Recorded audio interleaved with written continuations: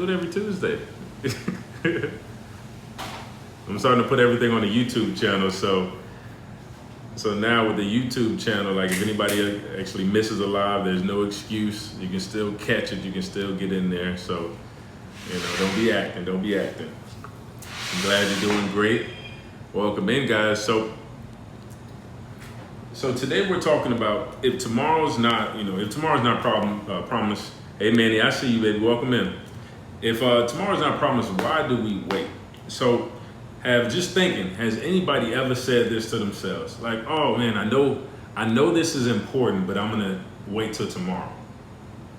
Thumbs up if you ever said this before. Like, man, I know it's important. I'm gonna get it done later.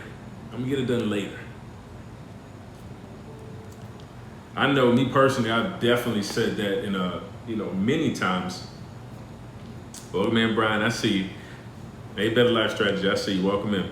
I know I've said this, many times, even if it's like small situations where it's like, hey, even if it's something really small that I need to do to get taken care of, I can always pull up that, hey, I'm gonna get it done tomorrow. I'm gonna get it done later. Hey, Dope D, baby, being creative. I see y'all. But the question is, why do we do this? Why do we drop that question of, hey, I'll do it later. I'll wait till tomorrow. I'll push it out. And so, just for my guys already just coming in, have you guys ever gotten to a situation where you're like, man, something important has to be done, but I have to, I'm gonna just wait on it. Tomorrow, I'll push it later.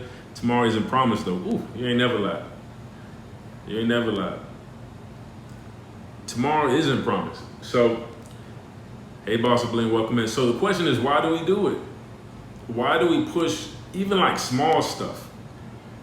We push it. Like, oh, I get it done tomorrow.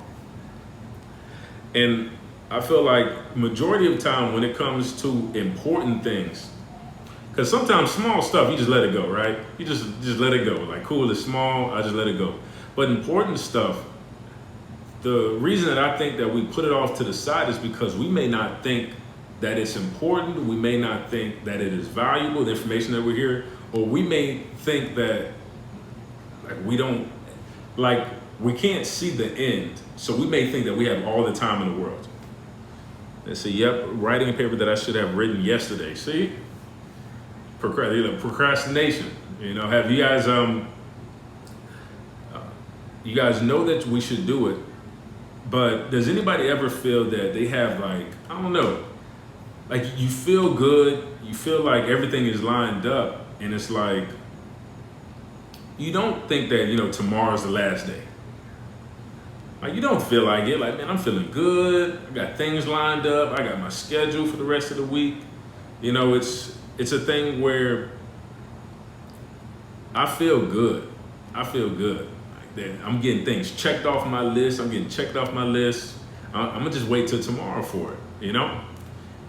Maybe we don't feel as excited as you do, but priorities, definitely priorities.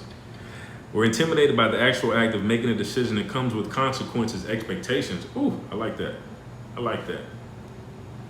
You agree? I like that. And that is so true. So not only do you have to first think about the effects of, making a decision. That's one big thing of making these decisions that are very important. But the next thing is you have to actually act on it. So it's like you're putting yourself into a commitment and you actually have to act on what you just put down. Let's see. Dope Diva says, we're intimidated by the actual act of making a decision. It comes with consequences and expectations. Yep, at Dope Diva from Better Life. So it all comes together. The importance of making these decisions today. So many times we feel that we have this infinite amount of time, infinite amount of energy that we think we're always going to have. But then you hit, I don't know what age it is or, mindset wise, but you hit a wall and you realize that all this time that you expected that you had, all of a sudden you realize you don't have as much time as you think. Now, does anybody? I'm gonna call myself out. Does anybody watch the show This Is Us? Anybody ever seen that show? Come on, I'm gonna wait for comments on this one. That's my show. That's my show. This Is Us. That's our show. Get it right. Wife says that's our show. But on really nobody watches This Is Us? Wow. Really? No? Oh, y'all are killing me. Man. So this is just a simple story about a family. You know, one of the kids were adopted like right at the hospital. They were supposed to be triplets or something like that, but you know, stuff happened to one of the kids. Cool. Short, long story short. But there was a part in the show where the mom, she was starting to get older, and I think she was in her upper 50s, and she's starting to lose her memory. She's starting to lose her memory.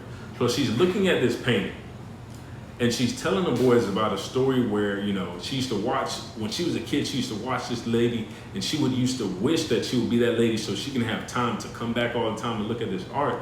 And then she has this realization, you can see it on her face, that she realizes, and she says, I've put so much time into, you know, the maybe laters. I put so much time in the tomorrows that now I'm at a point where I can see that I'm running out of time. Come on, man. Whew. Well, she said it gave me chills, because we do that constantly with the important things of life. We do that constantly. When we know that we need to make, when you know you need to leave that job, leave that relationship, you know, get your money, a certain amount of wage, have things structured, we push it to the side, and then we're like, oh man, you know, it's gonna get handled tomorrow, it's gonna get handled later. But then all of a sudden, conflict happens. All of a sudden, the unexpected happens. All of a sudden, all these things happen, and we're like, man, oh, life is so hard. Life is so hard. But at the end of the day, if you previously planned accordingly, then this wouldn't be an end-all be-all situation. It would just be a little bump in the road. Y'all hear me? Do y'all hear me? You hear me? You hear me, right? It comes, when it becomes into a catastrophic situation is when we ignore. Oh man, something's about to happen. That's when it becomes a situation. When we ignore the signs of getting to welcome in, guys, welcome in. I see y'all, welcome in. When we ignore the signs of, okay, all right, so I know at work they talked about, you know, 401k, retirement, insurance, health insurance. All right, I'm good. Later down. Somebody passes away. Nothing about life insurance. Okay, later down. All of your coworkers are starting retirement. Man, y'all retiring? I'm gonna wait till I do that later. I'm gonna get later. Cool. All of a sudden, it's your time to retire, and then what you gonna do? Come on, man. This is how realistic this stuff is. But because it's not a common thing, we don't talk about it, you procrastinate over and over and over again. And when the rubber hits the road and the situation finally happens, that's when, oh man, nobody ever told me about it. I don't know about that investing stuff. Come on, man. What you mean? What you mean? We tried to tell you when you first got your job and we put the employee benefits, we tried to email you. You didn't come to the meetings. Greg tried to tell you on Instagram week in and week out. You never came to the lives. When there's a one-on-one, nobody, come on, man. There's so many resources out here, there's no excuse. But because we're not used to the conversation being preemptive, we're used to this conversation hidden when there's an accident, when somebody passes, when I lose the job, when they foreclose on the house. That's when we hear the noise. Oh, I need to put my budget in place because now I have no money. No, man, you need to put your budget in place when you got money. You're waiting to, I'm gonna keep stacking my bread, then I'm gonna line it up. No. You line up the bread that you have, multiply it, and keep doing it. That's how it works. Sorry if I'm not going straight to the comments. I hear y'all energy, but man, whew, like I got, like that's what it's about. Hold on, hey Crystal, I see you in there. Let me go back.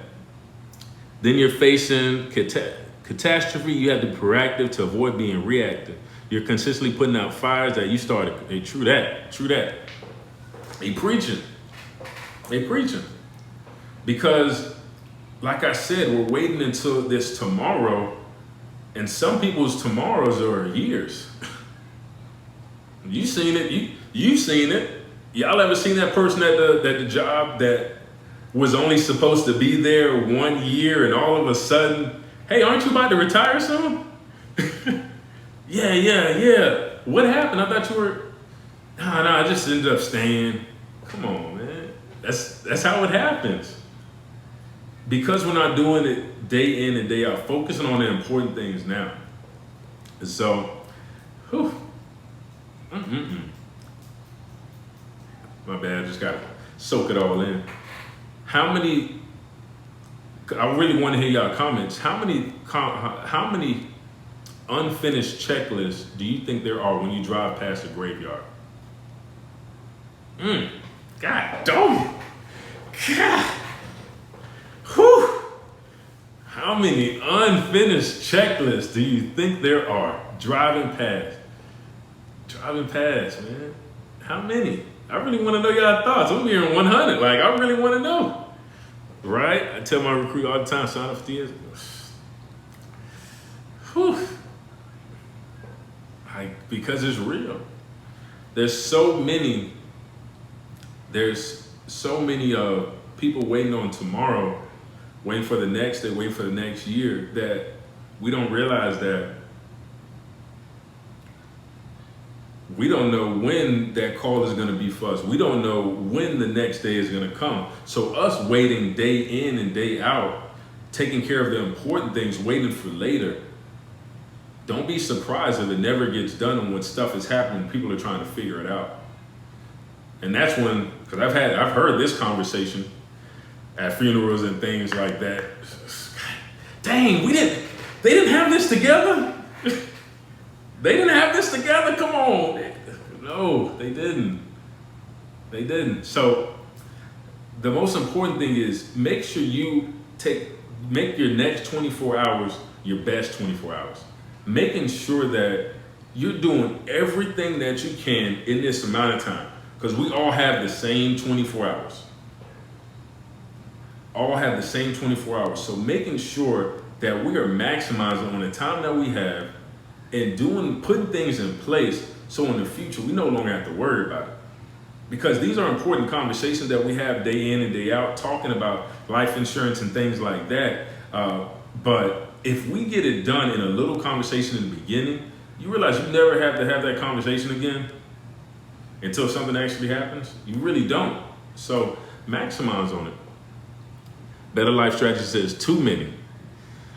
Dope Diva says that's what put them in a grave. Me, you, and Diddy. Wait a minute. I don't know what that one was. Hey, Dope Diva, you have to explain that one. My mom did not have a will. Managing her estate was a nightmare. Come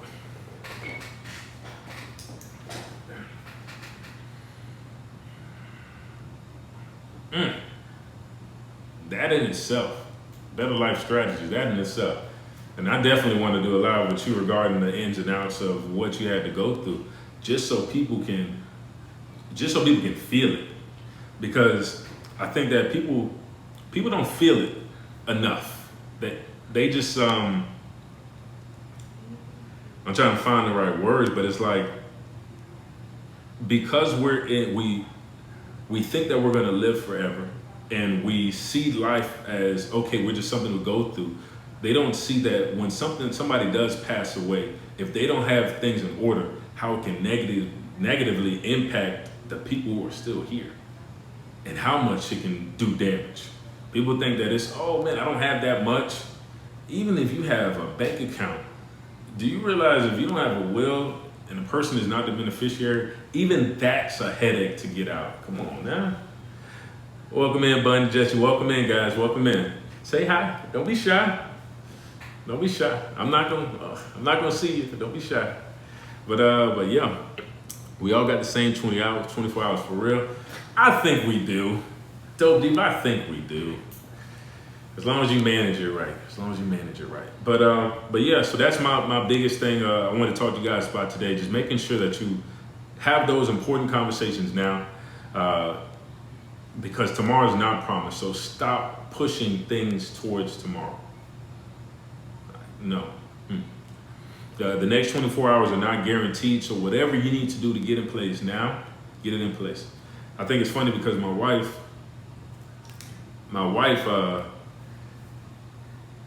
I'm like very, very adamant about stuff. And one of the things that I wanted to do is make sure will in place. We're working on a trust. I had my life insurance when I was 24, but because I had a younger daughter, so I had my life insurance at 24. If I knew better, I would have got it sooner while I was in college. But she's like, why you push so much? Welcome in, Tina. Why do you push so much? Because at this time, we're feeling good. We understand what's going on. Space Jam, Jordan, I see you, baby. We understand what's going on. We're feeling good. This is the stuff that you get in place while you're feeling good, feeling healthy. Because you got to realize that as you get older, as time passes, when you're not feeling good, when you're not feeling healthy, or you really want to have that important conversation now. First of all, you're older. The kids are older. You're trying to figure stuff out. The stuff's starting to complicate it. Like, man, I don't know about all this stuff. It's better to have these rough, tough conversations now regarding finances, regarding things getting in order, so you don't have to worry about those conversations later. Those conversations later are just follow up. Like, hey, I already have this in place. This is what I need to do. Follow the same thing I did. That creates that generational wealth. That creates it. And so, hey, Lisa, I see you, friend. But yeah. So talk to me. What questions do you guys have about money, personal finances, putting things in place? What questions do you guys have for insights? Because I got a lot of professionals on the live right now. I see a lot of big time professionals. So bless you putting all that in for place for your family. Hey, you got to. And you know what's funny? If you guys are in Florida and you're looking to get a will, just overall information. One, did you know that your local bank, if you have an account with them, you can get something notarized for free? That's first of all.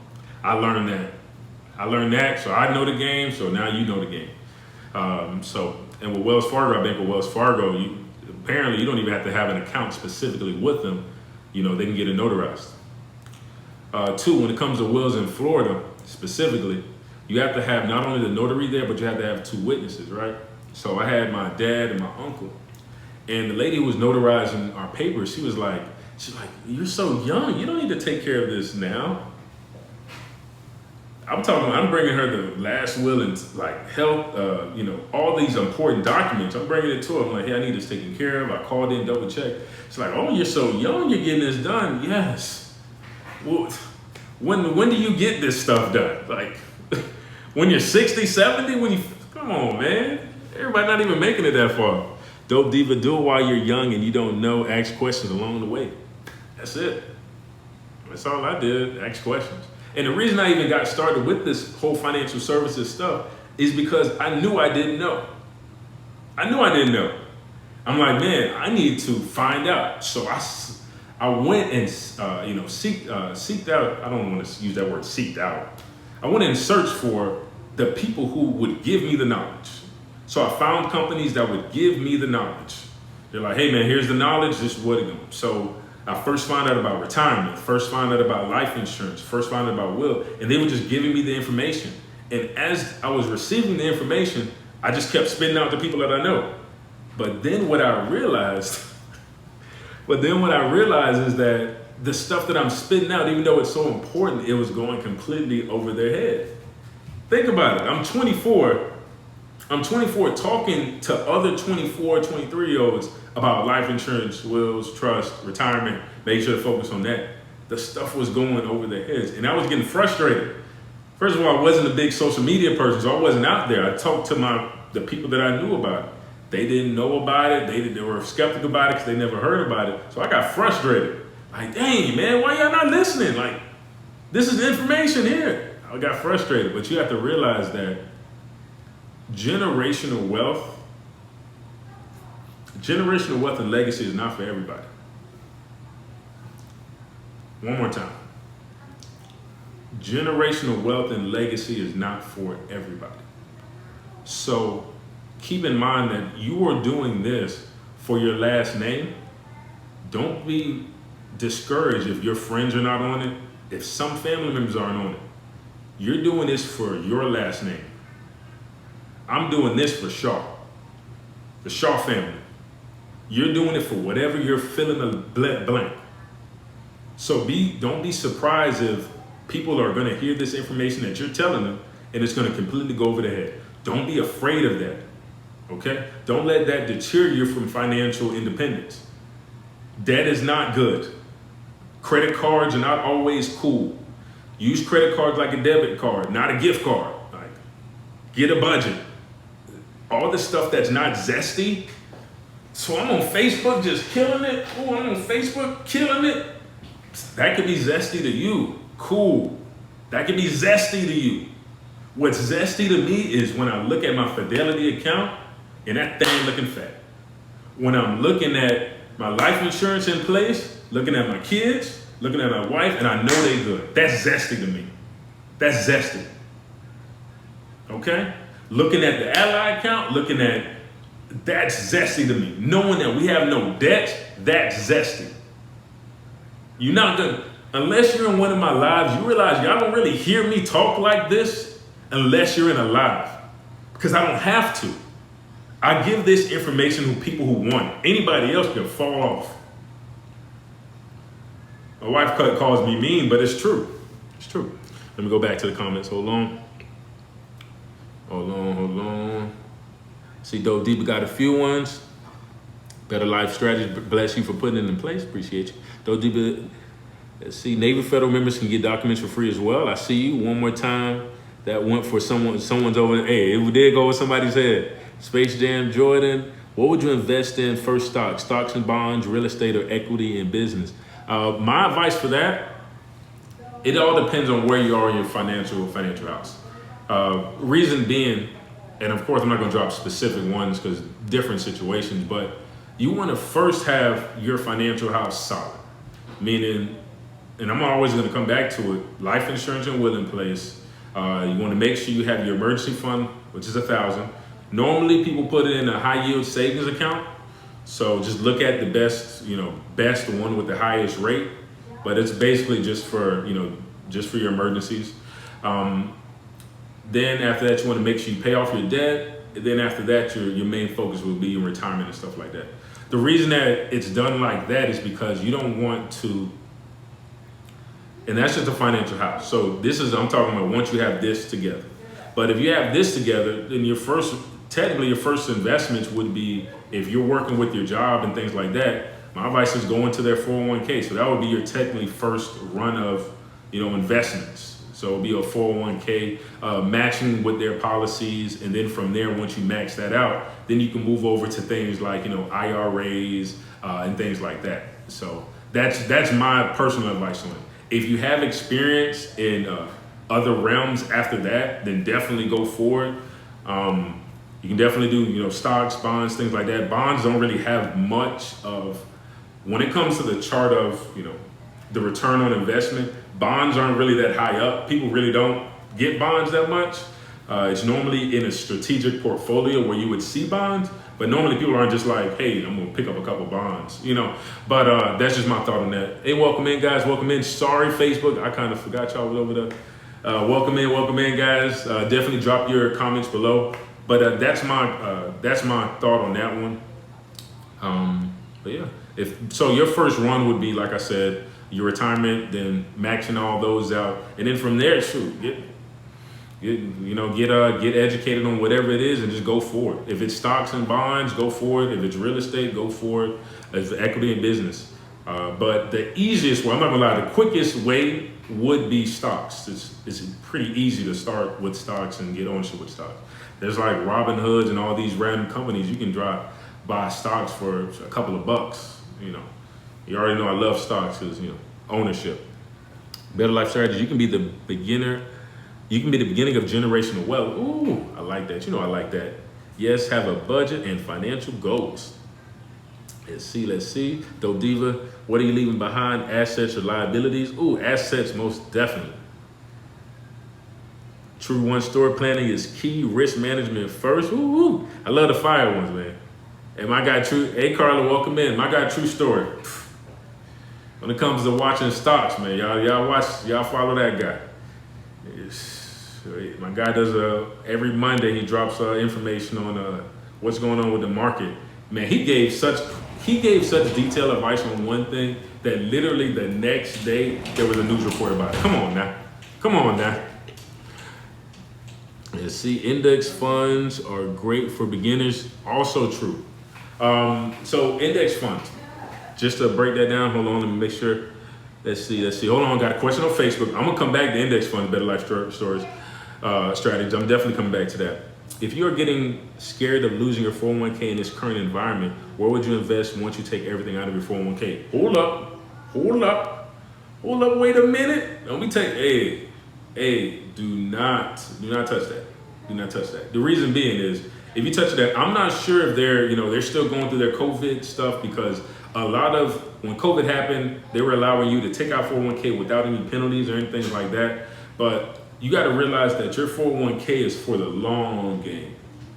So this is not just, I'm just going to grab this 401k out, I'm going to flip it here.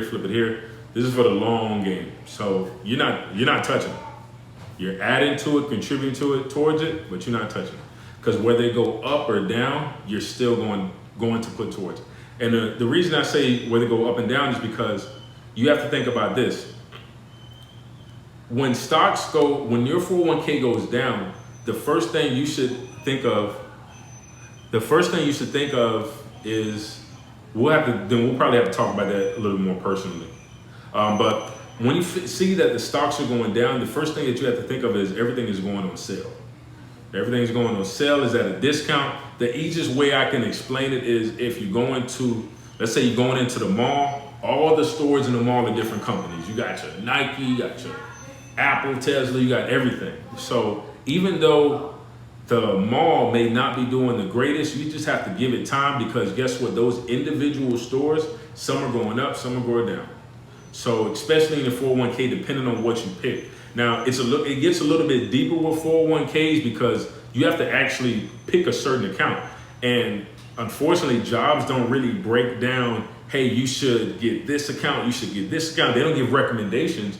Either they're giving you a date one, which is cool, a date one is fine, depending on what it's invested in, or you have to pick it yourself. Me personally, I reviewed the companies when I was with the company, I reviewed the companies that I was with, and then I made, certain picks. International, this, date funds, I did mix it all over the place, because I wanted to make sure that I covered. But in that case, Kirsten, we'll talk more about that. I want you to message me directly, because in that case, you may have to make some changes depending on what it is, because if it's companies that haven't rebounded or companies who are not doing well, you may have to make some adjustments on them. Index funds are great. Hey, Ma, I see you. No, my bad. I'm a little bit behind on messages, guys. I'm sorry. Good evening, Carla. I see you. So index funds.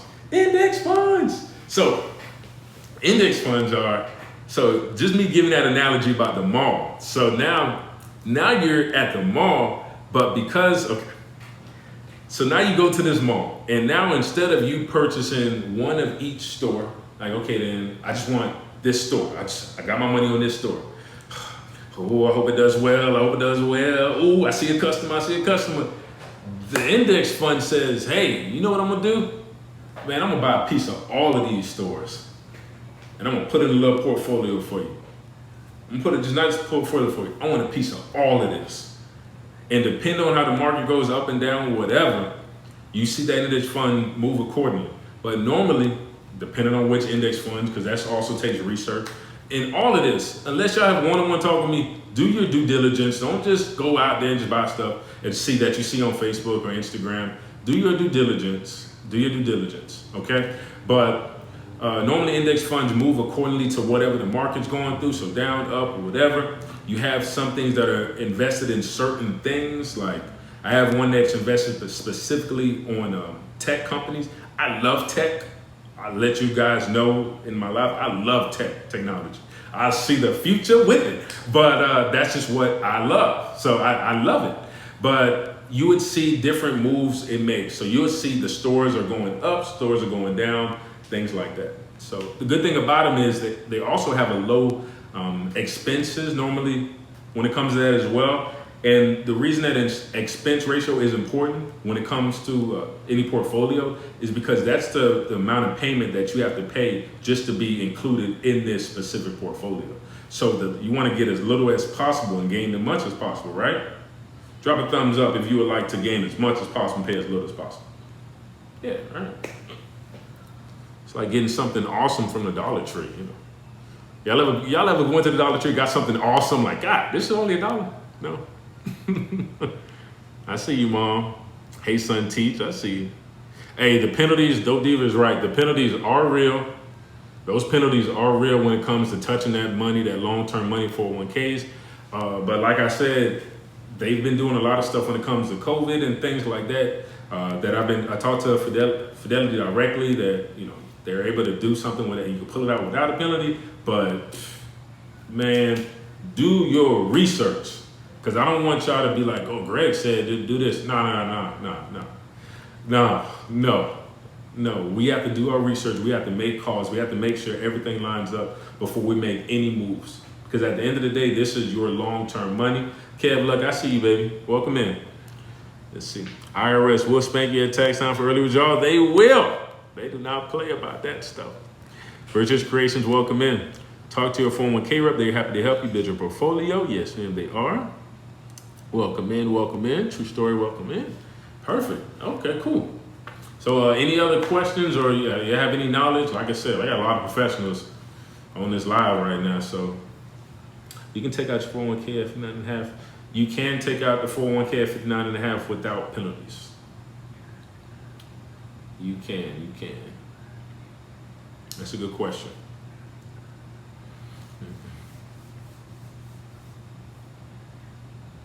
Okay. Well, guys, if y'all got no more questions for me, man, I really appreciate y'all just tuning in on the live. This is I always try to have this time for you guys. Like, I know we do posts, and I know you see posts, you like posts, and y'all show love. But this is, at the end of the day, this is all about. Actually, I'm trying. Okay, disclaimer: just leave the 401k alone. True One Story posted. He's like, "Hey man, just leave it up. just leave it alone. Just leave it alone. You might as well just leave it. No matter what, it's not. Yeah, just leave it alone. And I don't want to lose any of it. Of course, you don't want to lose any of that 401k. But all right, guys. Well, hopefully I answered all your questions. Hopefully you learned a thing or two. Dope Diva said it was great info. I appreciate you guys being on. But yeah, that's about it for you guys. Joint account with the IRS. You asking the question about the joint account with the IRS, or you saying what about a True One Story? Talk to me. Hold on, we got one more question or statement, guys. Hold on.